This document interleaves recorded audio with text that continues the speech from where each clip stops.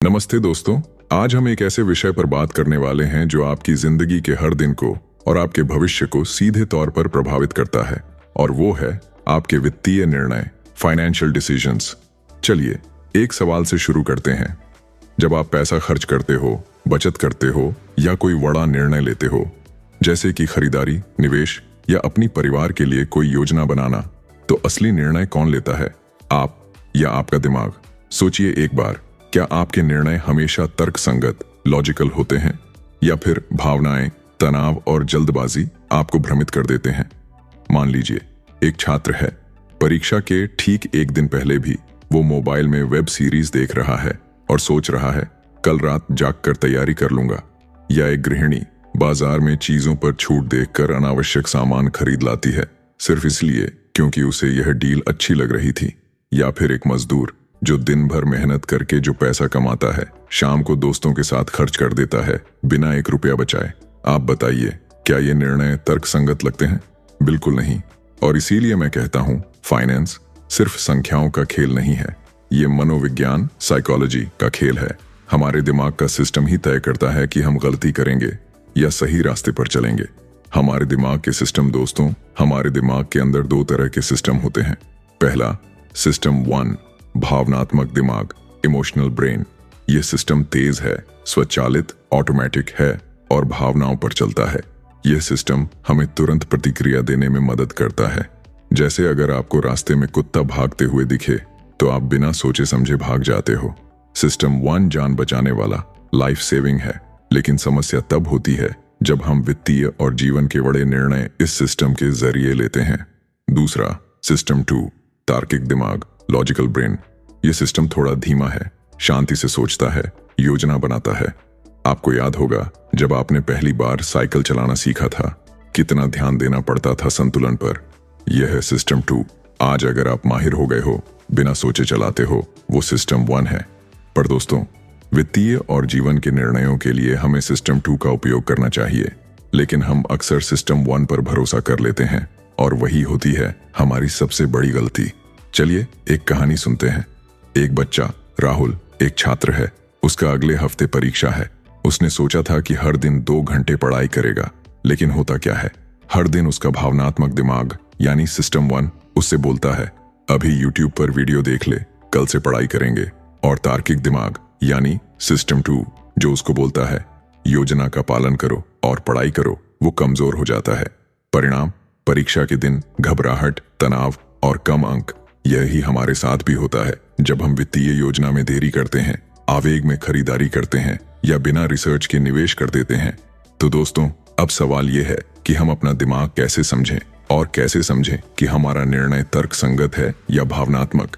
इसके लिए हमें समझना होगा पूर्वाग्रहों यानी बायसेस को, वो छिपी हुई मनोवैज्ञानिक तरकीबें जो हमारा दिमाग खेलता है हमारे खिलाफ। चलिए एक एक करके समझते हैं। पुष्टिकरण पूर्वाग्रह, कॉन्फर्मेशन बायस।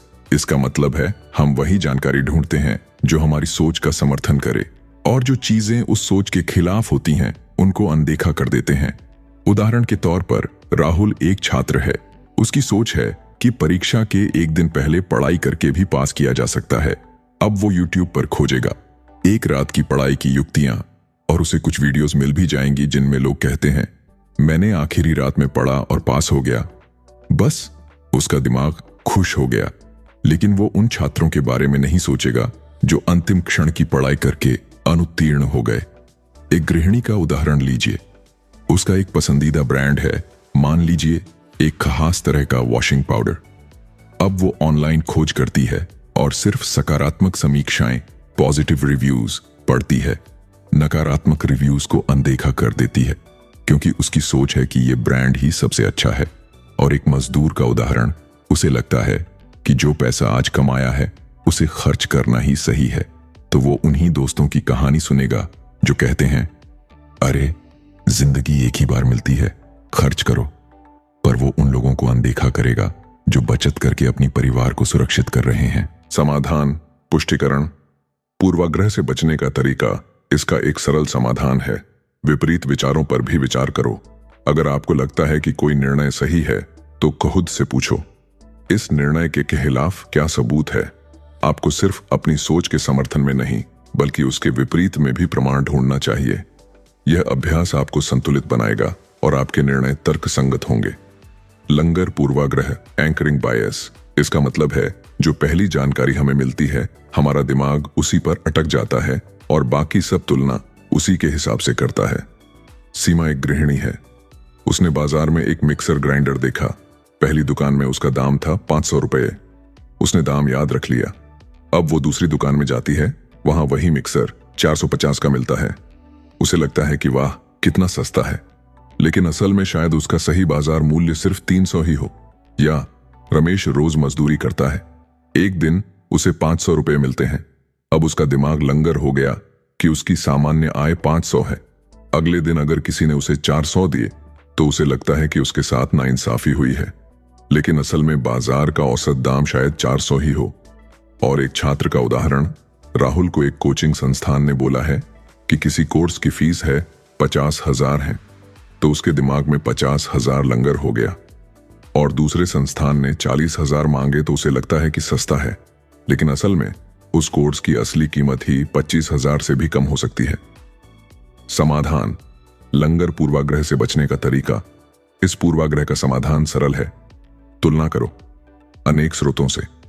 जितना हो सके अलग अलग दुकानों, अलग अलग वेबसाइट्स और अलग लोगों से दाम की तुलना करो। और हमेशा अपने आप से पूछो, क्या यह पहला दाम या जानकारी मेरे दिमाग को लंगर कर रही है? हानि से अरुचि, लॉस अवर्जन। इसका मतलब है हमें नुकसान का दर्द फायदे की खुशी से दोगुना लगता है। जैसे राहुल परीक्षा लिख रहा था, एक सवाल गलत हो गया। अब उसका भावनात्मक दिमाग उसी एक गलती के दर्द में अटक गया। परिणाम, तनाव हुआ और बाकी पेपर भी खराब हो गया। या फिर सीमा के घर में एक पुरानी साड़ी पड़ी है जो वो कभी पहनती भी नहीं, लेकिन वो उसे फेंक नहीं पा रही क्योंकि उसमें पैसा लगाया था। ये है हानि से अरुचि। उसके दिमाग को लग रहा है कि साड़ी फेंकना मतलब पैसा बर्बाद करना, जबकि असलियत में वो साड़ी अब शून्य कीमत की हो चुकी है। या रमेश सोचता है कल से बचत शुरू करूंगा, आज पैसा खर्च कर लेता हूं। उसे लगता है अगर आज बचत करूंगा तो आज की काहुशियां खो जाएंगी। नुकसान का दर्द उसके लिए ज्यादा बड़ा है। इसका समाधान, छोटी छोटी बचत के नियम बनाओ।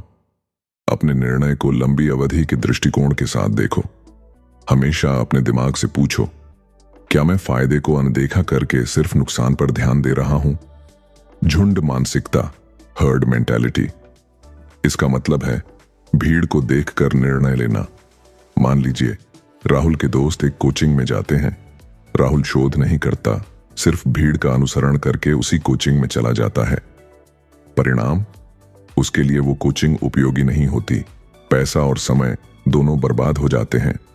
या सीमा देखती है कि उसकी कॉलोनी की सब महिलाएं नया सामान खरीद रही हैं, वो भी बिना सोचे खरीद लेती है। या रमेश देखता है उसके दोस्तों ने बार में जाकर पैसा उड़ा दिया, वो भी साथ हो लेता है सिर्फ इसलिए क्योंकि सब कर रहे हैं। समाधान, हमेशा रिसर्च करो। खुद से सवाल पूछो, क्या मैं यह निर्णय इसलिए ले रहा हूं क्योंकि मुझे जरूरत है, या सिर्फ इसलिए क्योंकि सब कर रहे हैं? अति आत्मविश्वास पूर्वाग्रह, ओवर कॉन्फिडेंस बायस। इसका मतलब है अपने आप को विशेषज्ञ समझ लेना और अनावश्यक जोखिम लेना। राहुल एक परीक्षा में तुक्का लगाता है और जवाब सही हो जाता है। अब उसका अति आत्मविश्वास बढ़ जाता है। या सीमा एक बार बाजार में सही सौदा कर लेती है। अब उसे लगता है कि वो हर जगह विशेषज्ञ है। या रमेश एक दिन थोड़ा ज्यादा पैसा कमा लेता है। अब उसे लगता है कि यह हमेशा होगा। समाधान, हर निर्णय के बाद अपने आप को हकीकत की जांच दो। अपनी गलतियों को स्वीकार करो और उनसे सीखो। फोमो, चूक जाने का डर, फियर ऑफ मिसिंग आउट। इसका मतलब है यह डर कि कहीं मैं पीछे ना रह जाऊं। राहुल महंगी कोचिंग में जाता है बिना रिसर्च के, क्योंकि दोस्त जा रहे हैं। सीमा ऑनलाइन सेल में जल्दी करो सिर्फ आज देखकर आवेग में खरीदारी करती है। रमेश दोस्तों के साथ बाहर चला जाता है क्योंकि उसे लगता है पीछे रह जाएगा। भावनात्मक खर्च, इमोशनल स्पेंडिंग। तनाव, अकेलेपन या उत्तेजना में हम ऐसे खर्च कर देते हैं जिसका कोई तर्क नहीं होता और फिर पछतावा होता है। अपना दिमाग कैसे प्रशिक्षित करें? नियम पुस्तिका नो योरसेल्फ। अपने बायसेस को पहचानो। 24 आवर रूल, बड़ा डिसीजन तुरंत मत लो। इमोशनल डिस्टेंस, पैसे और इमोशंस को अलग रखो। एजुकेट योरसेल्फ, अपनी गलती लिखो, उनसे सीखो। डाइवर्सिफाई, सेविंग और स्पेंडिंग को अलग रखो। थिंक स्लो, हर डिसीजन से पहले पूछो, क्या मेरा लॉजिकल ब्रेन डिसाइड कर रहा है या इमोशनल ब्रेन? सकारात्मक उदाहरण, छात्र जो रोज थोड़ा थोड़ा पढ़ता है तनाव मुक्त होता है। गृहिणी जो लिस्ट बनाकर शॉपिंग करती है आवेग में खरीद से बचती है। मजदूर जो रोज 100 रुपए बचाता है आपातकाल में कर्ज से बच जाता है। दोस्तों, डैनियल कानेमन और रिचर्ड थालर जैसे वैज्ञानिकों ने दिखाया कि इंसानों का दिमाग पूर्वानुमान करने योग्य गलतियां करता है। इसी शोध के लिए उन्हें नोबेल प्राइज तक मिला था। यानी ये सिर्फ सिद्धांत नहीं है, पूरा शेयर बाजार, उपभोक्ता व्यवहार और अर्थव्यवस्था के इसी मनोविज्ञान से जुड़ा है। याद रखिए, सबसे बड़ा दुश्मन बाजार या दुनिया नहीं है, सबसे बड़ा दुश्मन है हमारा खुद का दिमाग। अगली बार जब कोई निर्णय लो, 1 सेकंड रुक कर पूछो, क्या मेरा लॉजिकल ब्रेन डिसाइड कर रहा है या इमोशनल ब्रेन? बायसेस को पहचानो, इमोशंस को कंट्रोल करो और स्मार्ट डिसीजन लो। और यही है हमारे चैनल माय इंक्रीमेंट का मिशन। हर वीडियो के साथ हम आपके ज्ञान, सोच और जीवन के निर्णयों में एक बढ़ोतरी, एक सुधार लाने की कोशिश करते हैं। अगर आपको लगता है कि आपको भी अपने ब्रेन के ट्रैप से बचना है और अपनी लाइफ में एक इंक्रीमेंट लाना है, तो चैनल को सब्सक्राइब करो, वीडियो लाइक शेयर जरूर करो, क्योंकि नॉलेज जब बनती है तभी होता है इंक्रीमेंट। धन्यवाद दोस्तों, मिलते हैं अगले वीडियो में।